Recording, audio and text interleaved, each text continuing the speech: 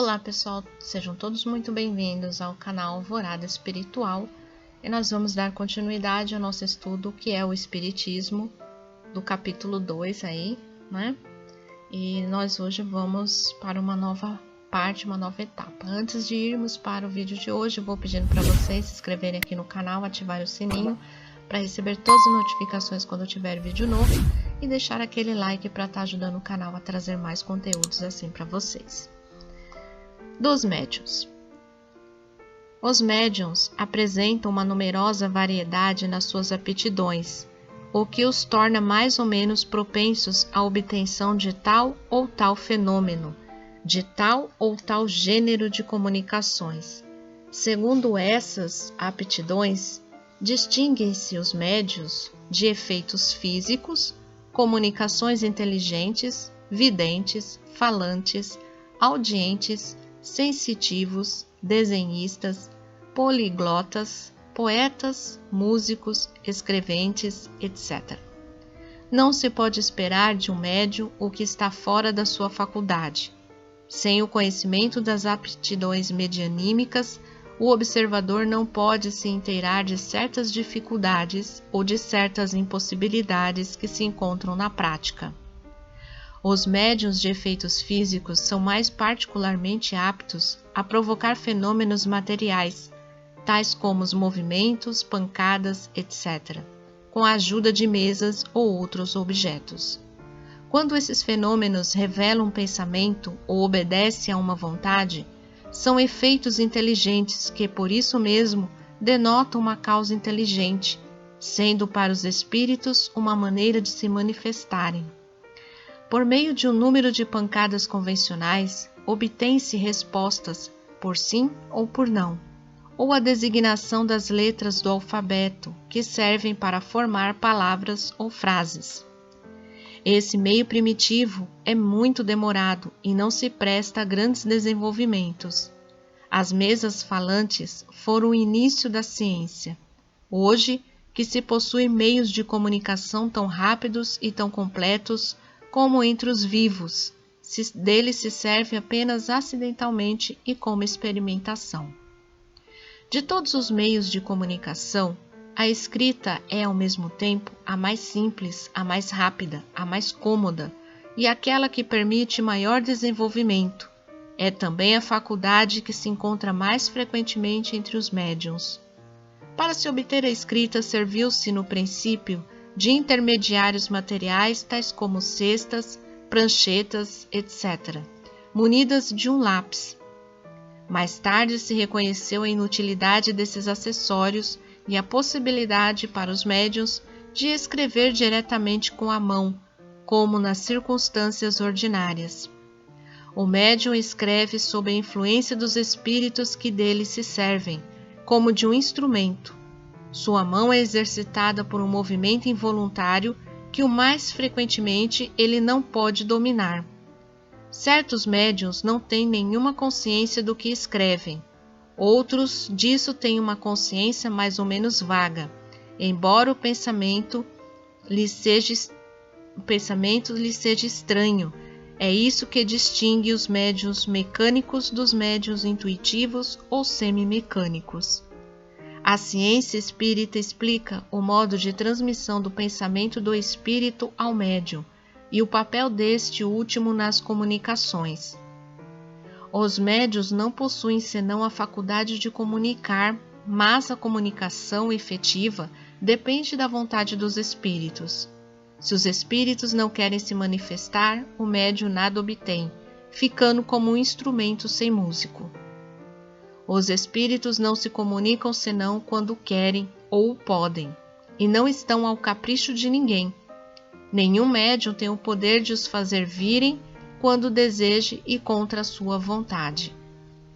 Isso explica a intermitência da faculdade nos melhores médiuns e as interrupções que suportam por vezes durante vários meses. Seria, pois, erradamente que se assemelharia a mediunidade a um talento. O talento se adquire pelo trabalho, e aquele que o possui, dele é sempre senhor. O médium não é jamais senhor da sua faculdade, uma vez que depende de uma vontade estranha. Os médiuns de efeitos físicos que obtêm regularmente e à sua vontade a produção de certos fenômenos, admitindo que isso não seja por malabarismo, estão servindo a espíritos de baixo estágio que se comprazem com essas espécies de exibições e que talvez fizeram esse trabalho quando vivos, mas seria absurdo pensar que espíritos, embora pouco elevados, se divirtam exibindo-se.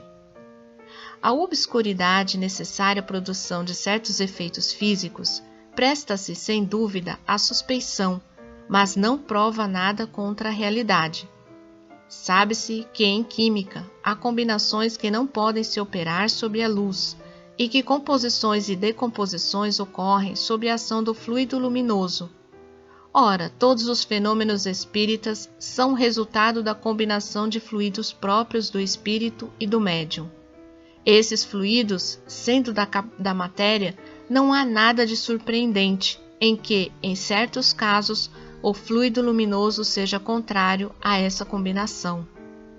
As comunicações inteligentes ocorrem, igualmente, pela ação fluídica do espírito sobre o médium. É preciso que o fluido deste último se identifique com o do espírito. A facilidade das comunicações depende do grau de afinidade que existe entre os dois fluidos. Cada médium está, assim, mais ou menos apto a receber a impressão ou impulso do pensamento de tal ou tal espírito. Ele pode ser um bom instrumento para um e um mau instrumento para outro. Disso resulta que dois médiuns igualmente bem dotados, estando ao lado um do outro, um espírito poderá se manifestar por um e não pelo outro. É, pois, um erro crer-se que basta ser médium para receber com igual facilidade as comunicações de todo espírito. Não existem mais médiuns universais para as evocações do que aptidão para produzir todos os fenômenos. Os espíritos procuram de preferência instrumentos que vibrem em uníssono com eles. Impor-lhes o primeiro que aparece seria como se impusesse a um pianista tocar violino, pelo fato de, sabendo música, dever poder tocar todos os instrumentos. Sem a harmonia, a única que pode conduzir à assimilação fluídica, as comunicações são impossíveis, incompletas ou falsas. Elas podem ser falsas porque na falta do espírito desejado não faltam outros, prontos a aproveitarem a ocasião de se manifestarem e que se importam muito pouco em dizerem a verdade. A assimilação fluídica é, algumas vezes, inteiramente impossível entre certos espíritos e certos médiuns. Outras vezes, e é o caso mais comum, ela não se estabelece senão gradualmente e com o tempo. É isso que explica por que os espíritos que têm por hábito se manifestarem por um médium o fazem com mais facilidade, e porque as primeiras atestam quase sempre um certo constrangimento e são menos explícitas.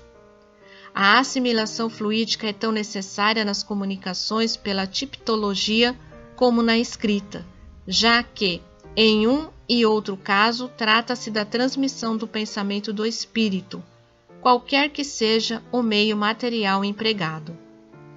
Não podendo impor um médium ao espírito que se quer evocar, convém deixar-lhe a escolha de seu instrumento. Em todos os casos, é necessário que o médium se identifique previamente com o espírito pelo recolhimento e pela prece, ao menos durante alguns minutos, e mesmo alguns dias antes, se for possível, de maneira a provocar e a ativar a assimilação fluídica. É o meio de atenuar a dificuldade.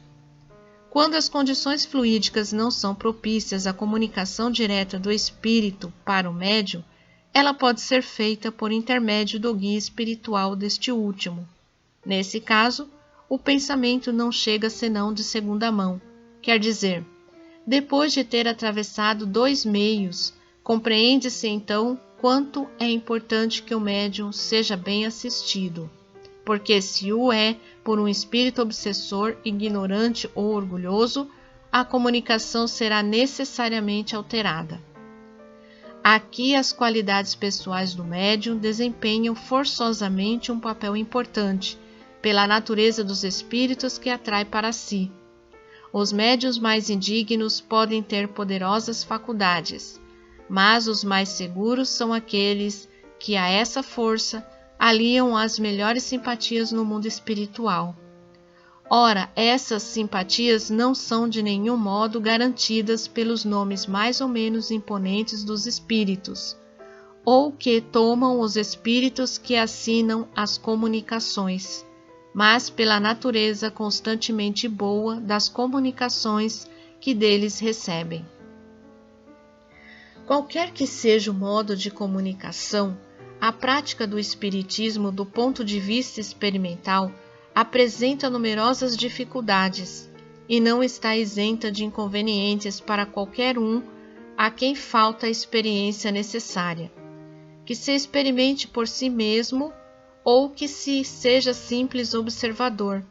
É essencial saber distinguir as diferentes naturezas de espíritos que podem se manifestar, de conhecer a causa de todos os fenômenos, as condições nas quais eles podem se produzir, os obstáculos que podem a eles se opor, a fim de não pedir o impossível.